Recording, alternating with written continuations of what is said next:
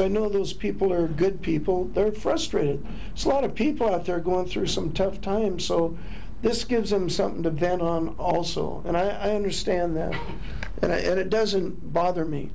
In 2008, McMacken became the state's highest paid employee when he signed a 5-year deal worth $1.1 million per season. The issue of whether or not Coach McMacken is receiving too much compensation as the head coach is not an issue that really should be governed by the current win-loss record. It should be a question that's asked right in the beginning. Is this fair compensation for what we are expecting? The budget buzz comes while the UH Professional Assembly Union and UH administrators are in a contract standoff.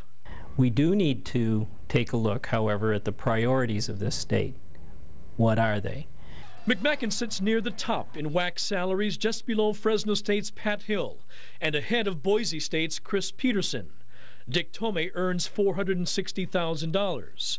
5 other coaches earn far less, including Nevada's Chris Alt. Earlier this year, McMacken grabbed national headlines after using a gay slur. UH Athletic Director Jim Donovan says he will evaluate McMacken and his coaching staff at the end of the season, which is his policy. People are fickle. People in this town follow the team as long as they are winning, and they are quick to abandon. Now, it would cost the university more than $3 million to buy out McMacken after this season, an option few are talking about, at least publicly. Ron Mizutani, KHON 2 News. What do you think? What would have the biggest impact on ticket revenue from UH football games? The team starting to win, reducing ticket prices, or changing the coach? You can log on to our website, khon2.com, to express your opinion in this survey. We'll have the results on our 10 o'clock news. Our football team is down, but certainly not out. We start tonight's coverage behind center. Starting quarterback Bryant Moniz was knocked out of Saturday's game against Boise State with a concussion, but may be available for Saturday's game in Reno. We asked Coach Mack today what the depth chart looked like and his different options. Your depth chart at quarterback? Right now, it's Shane Austin, and it's Shane Austin. You know? And then we're waiting on the doctor's report. Hopefully it'll be Moniz. If Moniz is ready to play, he'll have his spot back. If Brent is cleared, then he'll be our 3rd quarterback.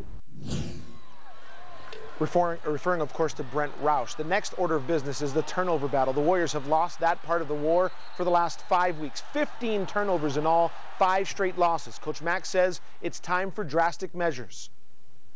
We are going to have 2 defensive players and 1 offensive player, and I pray that we don't get hurt. But it's something you do in preseason.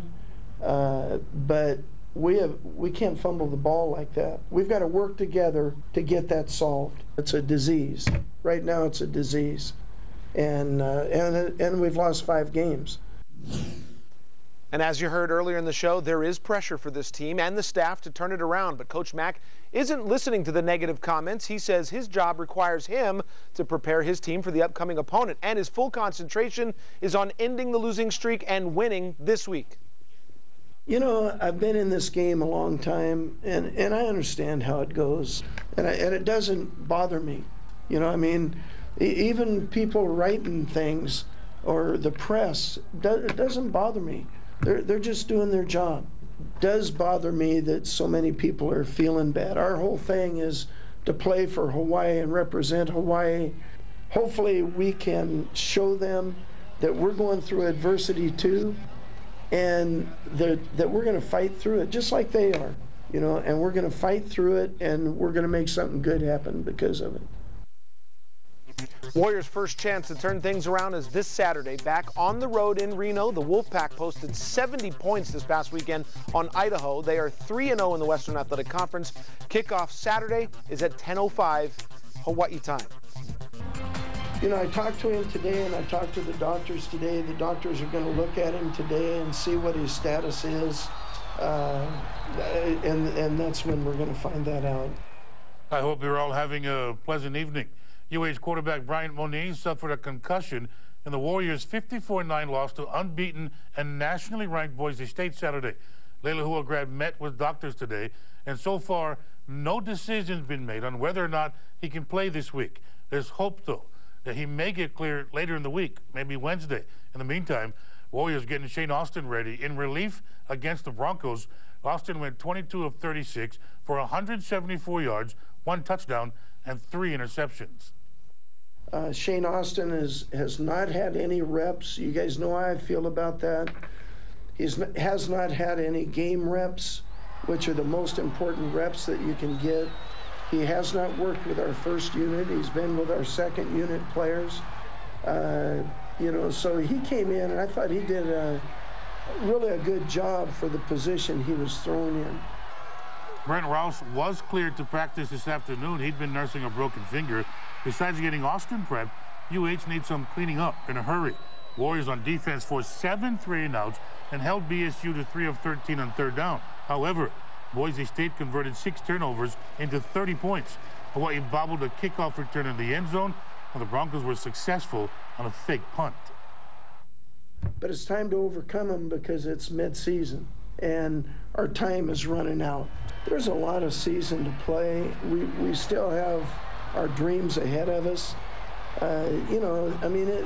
It hurts to lose. We have a lot of young kids, but you know what?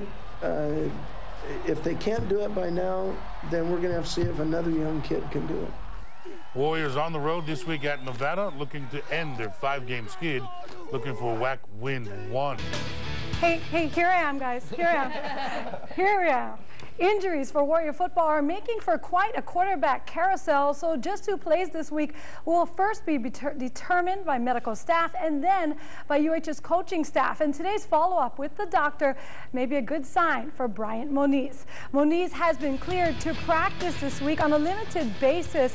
The quarterback probably won't go full speed until Wednesday as they monitor his condition while giving the Leilua grad some more time to recover. Moniz has suffered a concussion in the first quarter against Boise State and was taken out of the game immediately. If healthy, he will start against Nevada this Saturday. Shane Austin is expected to be his backup. Austin is coming off his collegiate debut after stepping in when Moniz got hurt. Against the Broncos, the senior threw for 174 yards, 1 touchdown, and 3 picks. And should he get medical clearance this week, Brent Rausch is the 3rd-string QB. He's been out of action for about 6 weeks now. The junior had a fractured pinky on his throwing hand. He threw for the first time, though, last week since getting injured at practice on the Washington State trip. Rausch entered the season as the #2 quarterback behind Greg Alexander. As things play out at QB, Coach Greg McMacken says turnovers have to be corrected immediately. Mack says by his personal count, there's more of a problem than the game stat shows. We have given up 16 turnovers, and we've got 3. Now, see, I count things like a fake punt. I see that as a turnover. Bobbling the ball in the end zone, that's a turnover to me. A 1-yard punt, that's a turnover to me. I've counted them that way all my life. In the 54-9 loss to Boise State, Hawaii had 3 fumbles and 3 interceptions. In order to make a change there, UH is going to create game-like situations at practice, which means putting on the pads and getting extra physical. We're going to have to go live on that, and we are going to have 2 defensive players and 1 offensive player, and I pray that we don't get hurt, but we can't fumble the ball like that, and we've got to let people know, because it's a disease. Right now it's a disease.